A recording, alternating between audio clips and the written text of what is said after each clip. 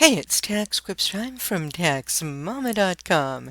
Today, TaxMama hears from Roger in the TaxQuips forum who's frustrated with the concept.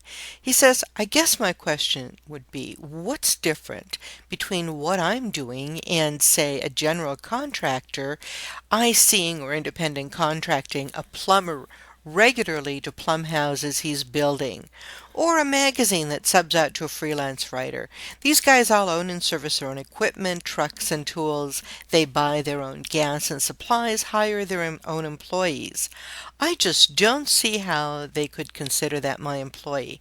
What's the distinguishing factor that says one is or is not an employee? Is this something I should even worry about?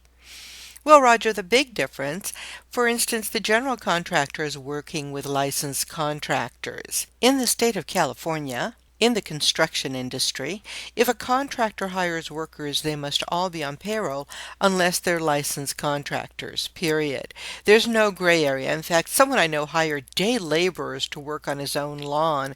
A neighbor called the state and he was fined on the spot for not putting them on payroll, and I've never did understand that one, so please don't ask.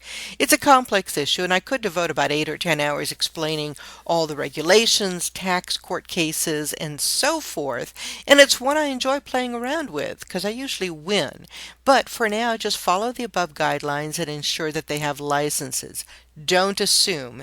Get copies for your file. The fact that they have employees working for them helps to define that they are in business. What are the special guidelines? Well, read the instructions to IRS Form SS8 and look at the form in detail. This is the questionnaire that the IRS uses to make a specific determination about whether someone is an employee or not. You can read the rest of my notes and some of the reality at the Tax Quip. And remember, you can find answers to all kinds of questions about employees versus independent contractors and other tax issues free. Where? Where else? At TaxMama.com.